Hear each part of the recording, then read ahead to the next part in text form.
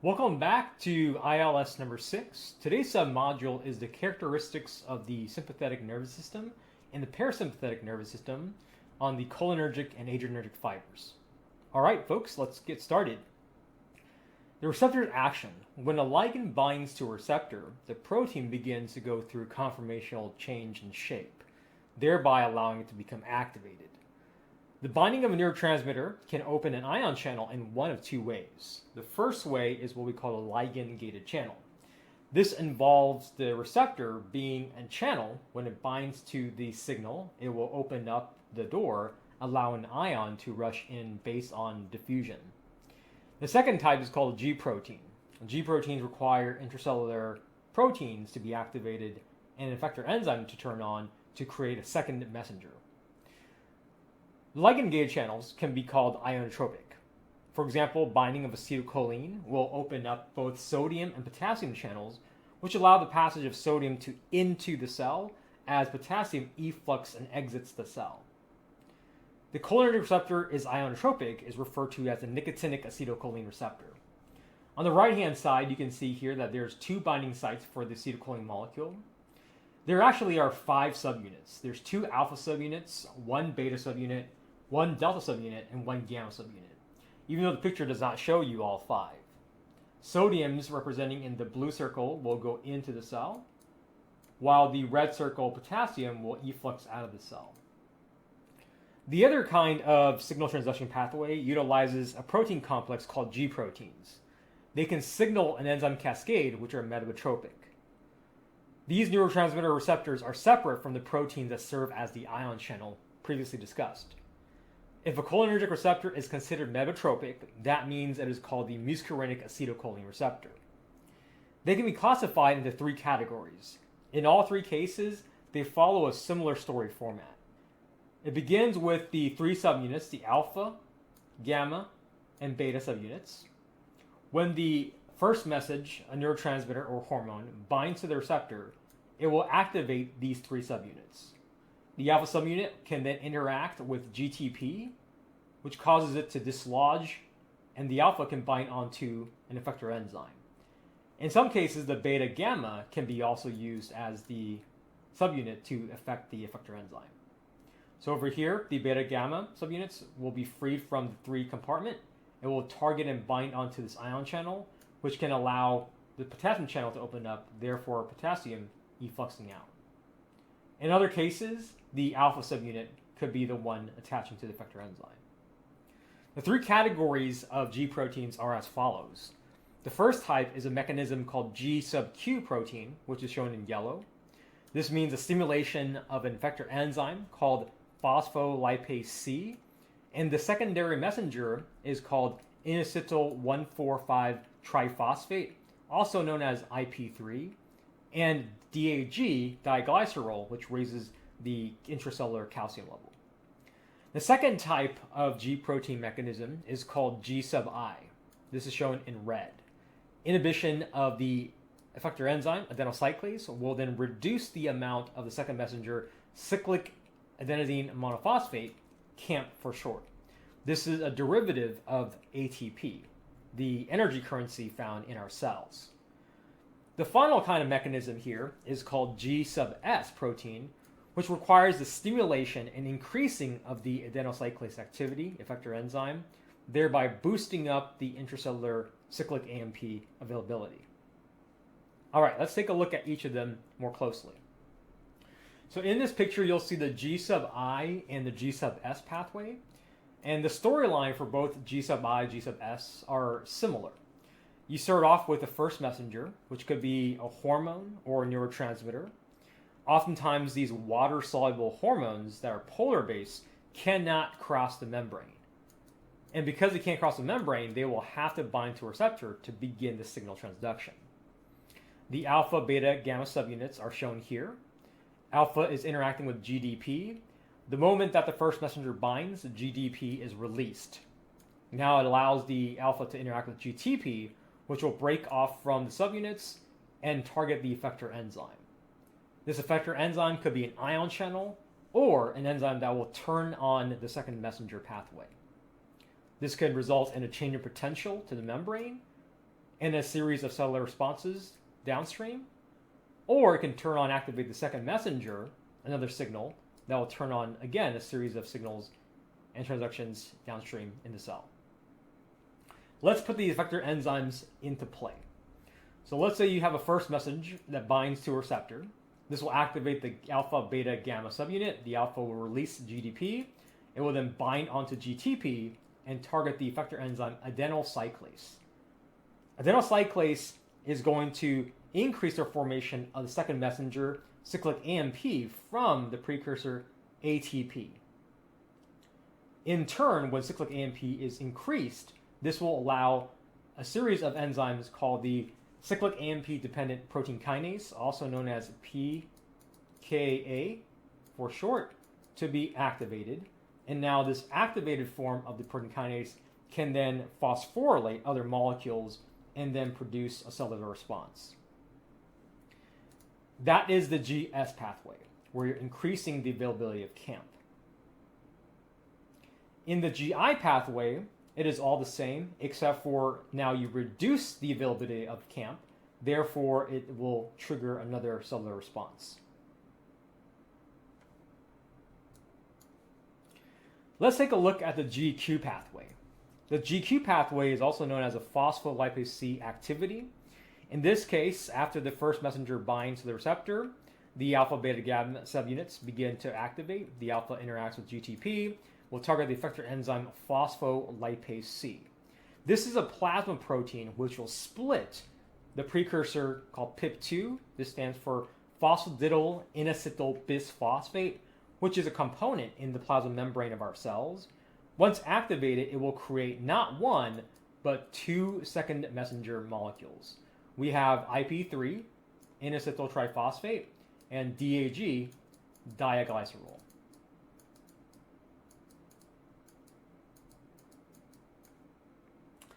The role of DAG is to go into the cell, and its main function is to, similar to cyclic AMP, activate a series of inactivated enzyme kinases called protein kinase C into the activated form. On the other side, IP3's role is to embed into the cytosol, and it will have an affinity to target the intracellular calcium concentration. It does so by targeting these voltage-gated channels in the endoplasmic reticulum. These pockets store calcium. When IP3 targets these receptors, calcium is going to efflux out of the endoplasmic reticulum and increase calcium ion concentration inside the cell. This will then synergize with the protein kinase C to allow phosphorylation activity downstream in the cell. This will produce some cellular response. Calcium's role is to help activate several forms of the protein kinase C. Cholinergic receptors. There are two types of cholinergic receptors, the nicotinic and the muscarinic. The nicotinic receptors are found on cell bodies and dendrites of all the ganglionic neurons of both the sympathetic and parasympathetic division, as well as on the cells of the adrenal medulla. The first type is called the nicotinic receptors. This is abbreviated as N. There are two classes, N sub M/N sub 1, and N sub N, and also N sub 2. The N sub M stands for the muscular skeletal system, and then the N sub N represents the nervous system or the autonomic ganglia inside the CNS. When a nicotinic receptor binds to acetylcholine, it will produce an excitatory postsynaptic potential in the target cell. All the preganglionic neurons release acetylcholine, which binds to nicotinic receptors on the ganglionic neurons. The second type of cholinergic receptors are called the muscarinic receptors, expressed as the M. Muscarinic receptors are found in all target plasma membranes in the parasympathetic division and a few in the sympathetic target cells. When acetylcholine binds to muscarinic receptors, this induces an indirect response that utilizes the G protein system that we just talked about. It could be the GQ, GI, or GS pathway. There are different types of the muscarinic receptors, and they can either be excitatory or they could be inhibitory. So some will be exciting and some will be inhibiting.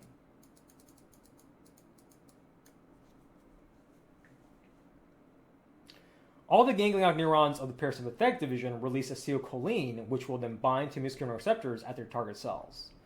The only exception to this is the sympathetic ganglion neurons that innervate the sweat glands and some of the skeletal muscle vessels. M1 plays a role inside the CNS and has utilizations for memory development. Its main output is an EPSP, excitatory postsynaptic potential, and it follows the GQ pathway, which means it increases IP3 and calcium levels inside the cell. The M2 pathway is going to be a receptor found strictly inside the heart, and its role is to slow down the heart rate, conduction, and the pumping of blood. It utilizes the GI pathway. It decreases cyclic AMP and drops down calcium. The M3 will stimulate smooth muscle as well as increase secretions within the endocrine and exocrine glands of the body, and this one also follows the GQ pathway. M4 and M5 are strictly found only in the CNS. The M4 utilizes the GI pathway, whereas the M5 uses the GQ pathway. Over here is a comparison between the nicotinic and the muscarinic receptor. On the left-hand side, you can see the nicotinic receptors are a simple ion channel. It's 2 binding sites for acetylcholine and simply allows sodium to go in, potassium to efflux, and produces excitation. Whereas in a muscarinic receptor, you can have some that can lead to hyperpolarization. For example, inside your heart, the activation of the M2 causes the beta and gamma subunits to lock on to the effector ion channel, allowing potassium to efflux, creating a hyperpolarized state or inhibiting, therefore producing a slower heart rate. You can also find some of these muscarinic receptors inside your stomach. In this case, the beta and gamma subunit could target the calcium channel and allow calcium ions to rush into the cell, thereby depolarizing and resulting in stimulation. Here is a visual showing you the sympathetic division on top compared to the parasympathetic division on the bottom. You can see that the presynaptic to postsynaptic synapse is a chemical one. It utilizes, again, acetylcholine to nicotinic receptors in both cases and both divisions. However, in the sympathetic division, the postganglionic neuron can release norepinephrine, and that can target adrenergic receptors in various organs. And the exception to this is only found inside your sweat glands and several small blood vessels inside your skeletal muscle, where it does utilize acetylcholine and muscarinic receptor. So sweat glands and various smaller blood vessels are the exception to this rule. Adrenergic receptors. Adrenergic neurons release norepinephrine, also known as adrenaline, and include all the postganglionic neurons of the sympathetic division, with that exception of the sweat gland. There are 2 types of adrenergic receptors, which are the alpha and the beta receptors. They can be then further divided into the alpha 1, alpha 2, beta 1, beta 2, and beta 3. All of these are going to utilize G protein cascades. The alpha receptors tend to be a little bit more sensitive to the binding of norepinephrine, which is the neurotransmitter, and the beta receptors tend to be more sensitive to the blood epinephrine, which is going to be the hormone version of that signal. Majority of the epinephrine is generated by the adrenal medulla. Let's take a look and compare epinephrine versus norepinephrine. Norepinephrine is going to be a stronger blood vessel constrictor than epinephrine, physiologically speaking.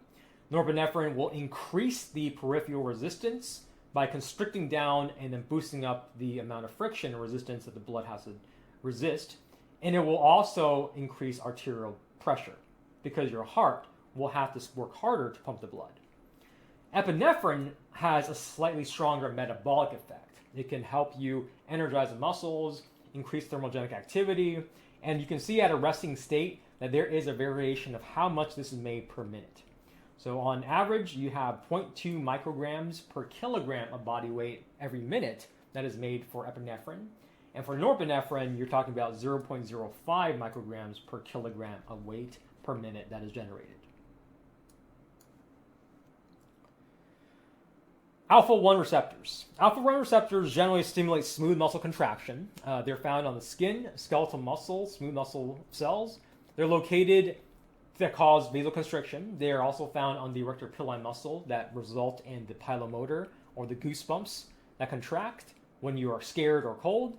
They also are found inside the uterus for contraction, ureters, internal urethral sphincter for contracting down and not allowing urination to occur, And of course, they are also found inside your eyes. They are responsible for dilating the pupil and leading into the opening of the iris, what we call mydriasis. Alpha-1 receptors are also found inside the liver, which can spike up glycogenolysis, the process of releasing glycogen and therefore allowing the sugar to be increased in the bloodstream. Alpha-1 receptors follow the GQ pathway. Alpha-2 receptors are located predominantly more of a metabolic function and also found mostly in the CNS, but they're located in the pancreas, which can inhibit insulin secretion, and they're also utilized in the GI sphincters. They could be inhibitory both synaptically and postsynaptically.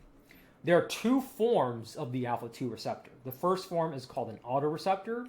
These are the ones found on the sympathetic postganglionic nerve terminal inside the CNS. What that means is that when you activate the alpha-2 receptor via norepinephrine, the norepinephrine can go back up and bind onto its own self-neuron alpha-2 receptor and cause a negative feedback. This will then create an inhibition effect for that neuron, the presynaptic neuron, to keep on releasing more neurotransmitter. And because of this phenomenon, drugs that are developed to be agonistic that favor alpha-2 receptors could be used to treat hypertension. The other kind of receptors are called heteroreceptors. These are the ones that are found in the parasympathetic postganglionic nerve terminals of the GI tract. They're located throughout the CNS, pancreas, GI tract, and their main role is to inhibit insulin secretion, relaxation of the GI tract, as well as lower the amount of neurotransmitter released via negative feedback. These guys follow the GI pathway.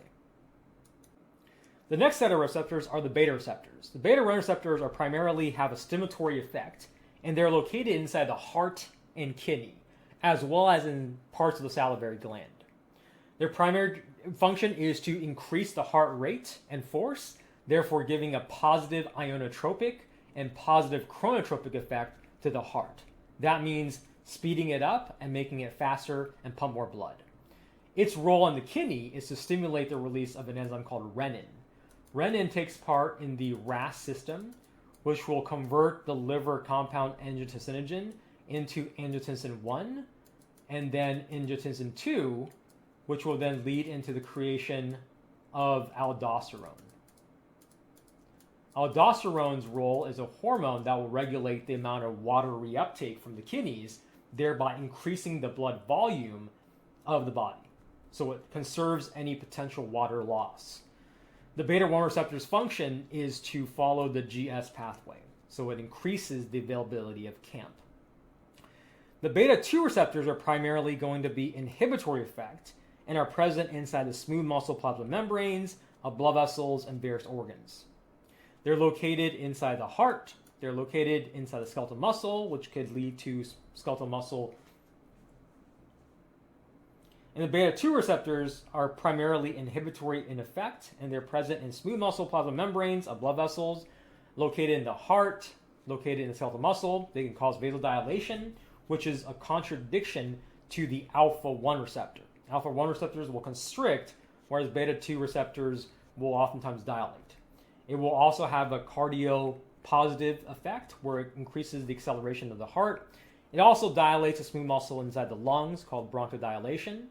It also allows a relaxation of smooth muscle inside the uterus, the detrusor muscles that surrounds the bladder, your GI tract, as well as increasing thermogenesis and lipolysis. It also plays a role to help dilate the lens, allowing you to be able to see far vision. It also plays and synergizes with the alpha receptors to increase glycogenolysis and to release sugars to the body. Beta-2 also follows the GS pathway by increasing cyclic AMP. Beta-3 receptors could be either stimulatory or inhibitory, and they're only found inside adipose tissues, responsible for triglyceride and fat breakdown. Over here is a picture summarizing, again, the sympathetic and parasympathetic division. You can see in the middle, the chemical synapses utilizes acetylcholine. Over here, you have the two classes of adrenergic receptors, the alpha-1, alpha-2, that can bind norepinephrine and epinephrine. And then we also have the beta-1, beta-2, beta-3 receptors that can bind norepinephrine and epinephrine.